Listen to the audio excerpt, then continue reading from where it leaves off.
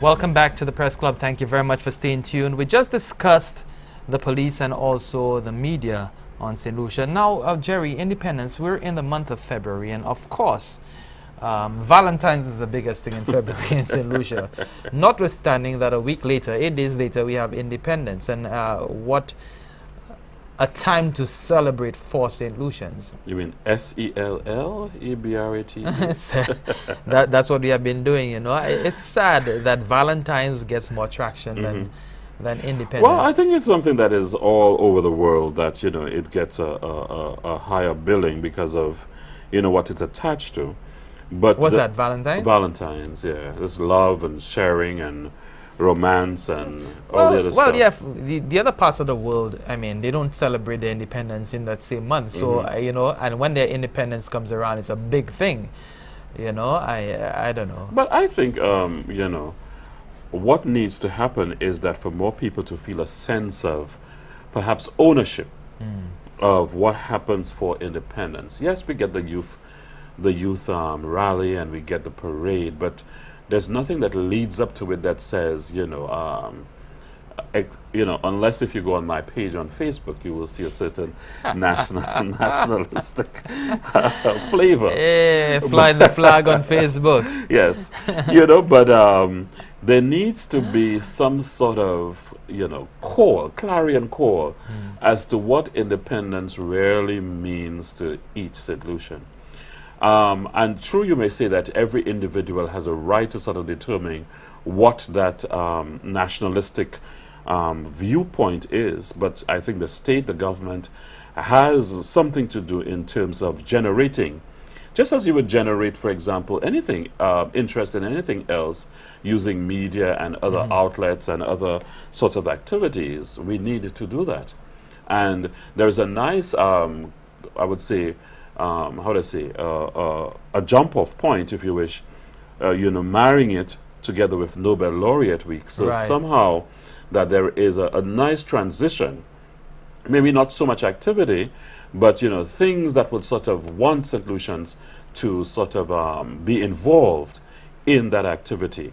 And perhaps that is a very good idea for the volunteer organization, the National Volunteer Organization, to put things in place within the, you know, the Nobel Laureate Week activity and independence that sort of develops a sense of pride and a sense of purpose when it comes to the celebration of independence. I totally agree, and I have said, I've articulated that I would love to see the whole independence celebration start from the 1st of February, you know, and that would include the decorating of the entire country.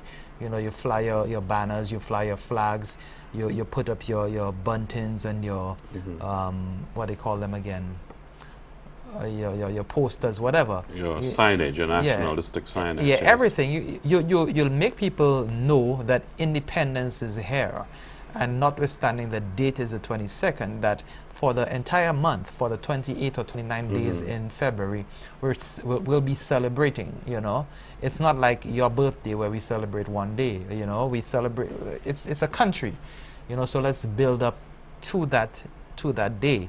And I think it's an excellent idea that you have here to marry Nobel Laureate Week, which usually ends at the end of January, with independence. I think the segue can work very, very well. And if we see our Nobel laureates as you know, bastions or just beacons lighting us to independence, then it helps out the whole celebration, you know. But it's not just an, you know, just an anniversary anymore. It's about celebrating nationhood, right? Our evolvement as, you know, people who were considered colonized to people who were searching their way to sort of make their way in the world. And so independence now has to take on a new flavor than what it would have done in 1979. And I think we have now, especially in our cultural entertainment sphere, sufficient that, you know, sufficient work, sufficient ideas, and even sufficient ideology for us to sort of use that to bring it to a boiling point for us to say this is the St. Lucia, you know, that we are looking forward to. And just take something like the song that was very popular last year, St. Lucia We Love, yeah. you know. You can marry to Valentine's Day, St. Lucia I Love, you know, or St. Lucia Is My Love, you know, and, you know, use it in such a way where the red is sort of intertwined with our, you know, blue, white, black, and gold, you know, whether it is hearts or something. And I'm sure there are people with sufficient of up there to sort of allow that to happen. So, you know, once we move from these guys being the pinnacle, as we say, of our achievement in terms of mind, we can sort of move that into, you know, achievement otherwise. Yes. And as we say, as a nation, no longer independence anniversary. And I know in other countries, for example, every district or every community, they appoint, for example, you know, nationhood ambassadors, you know, so that they devote special times of the year where people can come to a specific community and discover, you know, more than ever before, what is happening in this community, what makes it a special community, what makes it St. Lucian as a community, etc. Yeah, I think that can work. And to tie in with that, there was the launch of you know, the Future We Want. It's a UN program. It is something that stems off of the Millennium Development Goals. The St. Lucia, the Future We Want 2015. So it's looking at what we want to see St. Lucia, or where we want to see St. Lucia post 2015, because the Millennium Development Goals were up to 2015. Right. And I was at that launch this week, Monday, at Sandals Grand. The entertainment, the side bits, I don't want to say the side bits, but the theatrical presentations were excellent. I mean, I enjoyed them thoroughly. But just the fact, just the whole conduct of that launch, you know, it made me whisper to the person sitting next to me at one point, is that the future we can expect? You know, because, you know, they were calling for people who were supposed to officiate, and oh, that person is not there. Okay, well, let's have the vote of thanks. Whoever will do the vote of thanks. Oh, the person who's supposed to do it, the person listed is there. Okay, come on and give the vote. You know, that kind of way. And I'm like, okay, for something like that, to me, if you're looking, what you do, the quality of what you do should reflect what you're doing, the program itself. In other words, it's a program to look at the future of St. Lucia post 2015. So the quality of that program launch should have reflected, you know, part of what we want to see post 2015, and not the same mediocrity that we have been that we have grown accustomed to over the years. You know, it should have been stellar, it should have been outstanding, it should have been flawless as far as I'm concerned. And every effort should have been put into, no effort should have been spared to ensure that this program launch was flawless. You had UN representatives, you had the Prime Minister, you had the consultant, you had a whole bunch of, you know, high-powered, you have dignitaries, diplomats and stuff. And I felt at one point that, my goodness, if this is what we're looking forward to, then man, I might as well conquer before 2015. Well, I was not there, so I'm depending on your eyes and ears in terms of painting the picture as what, you know, the future I see, as you indicated. But let me ask you, where are we with the Millennium Goals for 2015? I am not sure. Did you get a sense at that particular, we're talking about 2015, yeah. Have we met any of these goals so that we can move on to post 2015 era?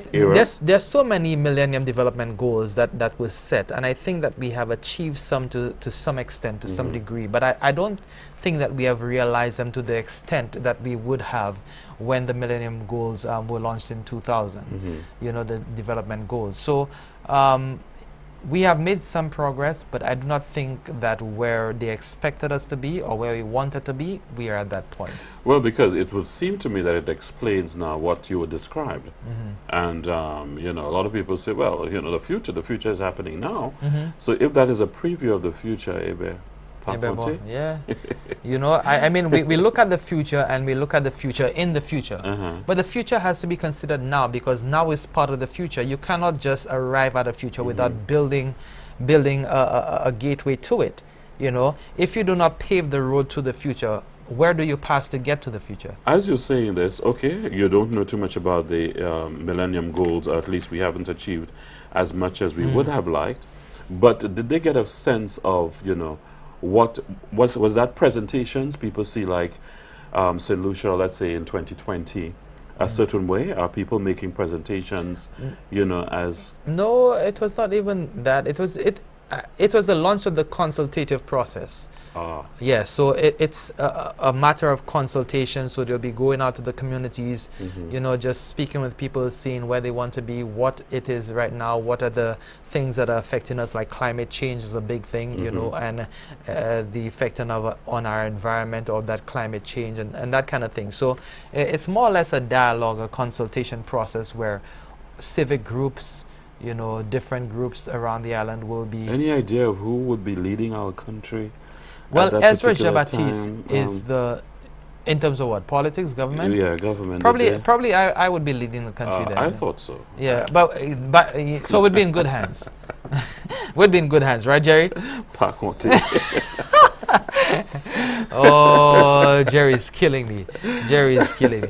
All right, let's move on to another one. Freedom-based sandals development. It's something that I should let you start on that one, because... Well, you know, like any other St. Lucian, one is divided about the issue. And I know you can take the hard line and say, okay, our, you know, PMA, etc. But the other hand is that persons are saying, hey, it's bringing a lot of, you know, employment, and it's going to, you know, put people to work. And you know, there was, when the news first broke, there was this big discussion on Facebook as to what's what. But it seems that from what I have been reading, and if I'm not saying that I've read everything about it, but we are in violation of what the persons who designed what PMAs are supposed to be. You know, we are not doing the right thing. At least that is what the sense that I get. But on the other hand, we have our government indicating, yes, that is okay to do it. And so to me, it seems that there must be a clear, unequivocal statement from our, if not from the Prime Minister, from the Minister responsible for physical planning and the environment, as to why we are interfering with something which is going to even bring us some great distress in the international community. And perhaps at this stage, the first person to set the ball rolling will be our PS in that particular ministry, with the responsibility to say, are we doing the right thing, you know, so that we do not get into the black area as far as the United Nations and its declaration for that site. Well, from my understanding, Zone 4 is where development can take place, and that's the area they're considering. I do not have...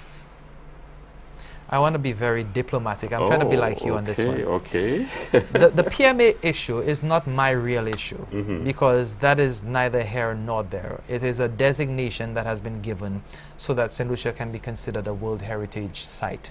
Okay, and that is not anywhere for me. You know, it's something that, you know, some outsiders have said, okay, you know, the pictures are beautiful. In order to become a heritage site, okay, you have to do this and that, keep it green. I'm shocked, Clinton. No, I don't.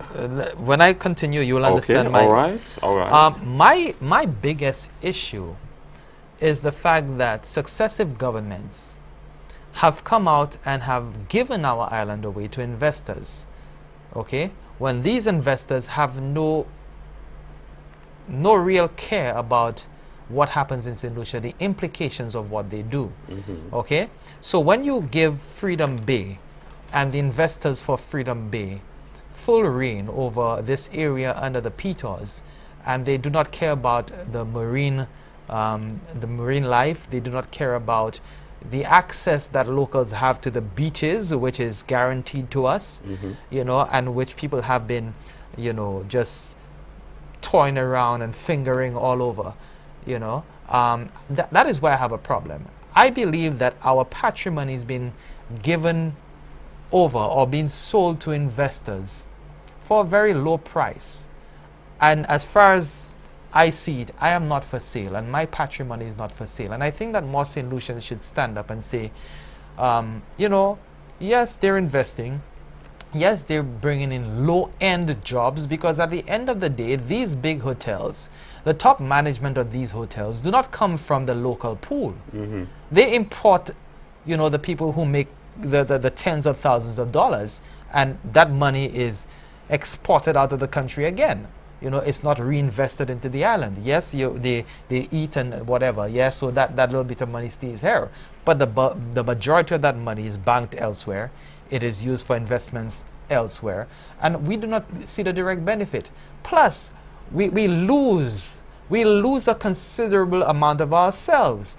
We look at Pigeon Island, for example, that big hoopla about, you know, if it's Queen's chain, if it's not, because it's man-made and stuff. We have lost that. You have sandals on that beach, right? You have sandals with the 2 pillars, and they were going to put a gate. I don't care what anybody tells me. They're going to put a gate there to keep locals out, so that they can protect their business. Well, yeah, you want to protect your business, but not at the expense of locals who should have access to the beach as is guaranteed in our constitution. Okay, now you're doing the same thing in Freedom Bay. You're also giving Sandals the right to build on the water. This is insane, you know, and whoever is benefiting from this directly, the majority of St. Lucians are not benefiting from it, you know. And when one government is in opposition, it criticizes those developments and saying that we're selling out. When they come back, when they come in, they do exactly the same thing. So, I mean, who is looking after our interests? That is the question. Clinton, I totally agree with what you say, but what I disagree with you about is the fact that you cannot divorce all that you're talking about with the PMA. Because it's not, the designation didn't come simply because somebody with a magic wand just said, I designate her PMA. They have taken into consideration the biodiversity that exists within that area that we're talking about. And if you touch one, all the others are going to go by the dog's tail, right? And I'm saying that if you are going to express, as you're doing right now, the kind of passionate, you know, displeasure or disgust about it, you have to do so from the point of view that it is the PMA that is the central part of it. Understand? Because the PMA is what gives it its how would I say, its elegance. It gives us a certain sense of belonging.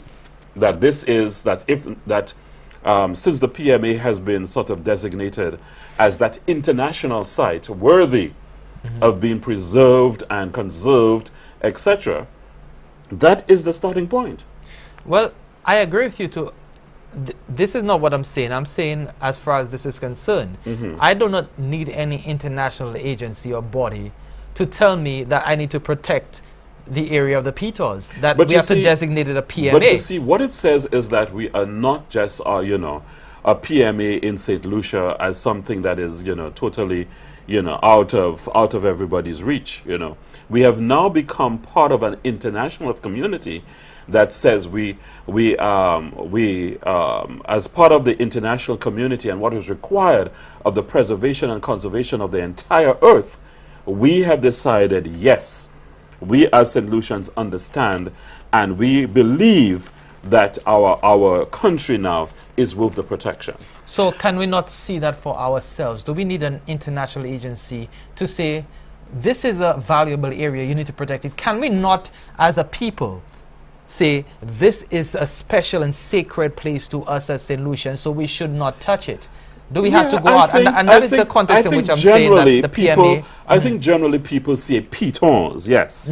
But without the PMA and the surrounding areas, people say as long as you leave don't touch the pitons in its physical sense, but the rest of it we can do what we want with it.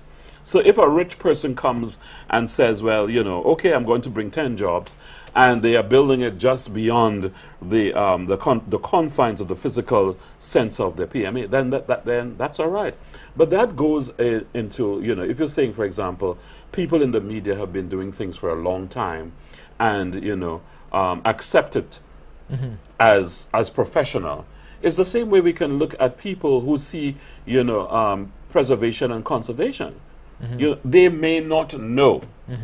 And that is why, you know, it is necessary for those of us who have the knowledge to begin to educate and to create awareness. And, you know, that it is not just the physical sense of the physical or the geographic sense of the pitons, but it is stretched, you know, much a wider view, which extends to seas, to, you know, as you have indicated about the building of these water-based suites. You know, it goes beyond just the immediate. And then, you know, we have to sort of be a little more circumspect, a little more protective, even if it brings jobs to St. Lucia. I agree. Even if it brings jobs to St. Lucia, that is what we claim as part of our St. Lucianness. And there should be no tampering with it, no matter how many jobs it brings, which is, as you have indicated, short term most of the time, which means that other persons are benefiting, you know, in a financial way than we are. Because, as you so clearly identified, the jobs that are coming are not going to be exploiting the professional persons that already exist in St. Lucia. So it is not just the immediate geographical. And the starting point, I think, for you, if you are so inclined in terms of agitation, has to be, we have joined an international community which says that this is sacred ground. All right. Last 2 minutes, Jerry. Let's talk about the government and the government negotiating team and the TUF locked in that negotiation, and that the talks go in absolutely nowhere. Civil servants are becoming antsy and not... Well, as with any negotiation, some things gotta give sometime. And it has to come sooner than later, because we cannot be kept in this limbo, you know, in terms of back and forth. And I thought by now something would have sort of have taken root to indicate that, yes, as I said, that my own formula would have been 333, but I'm hearing that even more is available or being granted. What have you heard? I have not heard anything much about that. I know there was a meeting up to yesterday to indicate where we're going, but we needed to move a little more speedily on that matter. Well, talking about that, you know, the government has called for people to tighten the belts, and it appears that the government has no belt to tighten because you look at the GIS, for example, and right now, how many consultants are in place there? Four consultants at GIS. Well, I mean, it's just I mean, it's ridiculous, Jerry. And I know you don't agree with what is happening. I know that, you know, you want to revamp, you want to restructure and stuff, but this is unprecedented. That was it seems like. You know, it's unprecedented, and the fact remains that I don't know how many consultants you would need in a department, because I know that the minister has indicated that there is some sort of vision for the GIS in terms of linking it with Radio St. Lucia. I myself have said publicly that's not necessarily the way to go. Maybe that's what these consultants are doing, looking at every possible avenue or angle where none suffers the autonomy that they both deserve. Well, you see, and Radio St. Lucia is a company. You cannot link a company to a government agency. You know, you just cannot do it. The structure of the RSL Constitutional Act, you know, establishing RSL as a company, would divorce it from the government service, you know, would make it autonomous to some extent.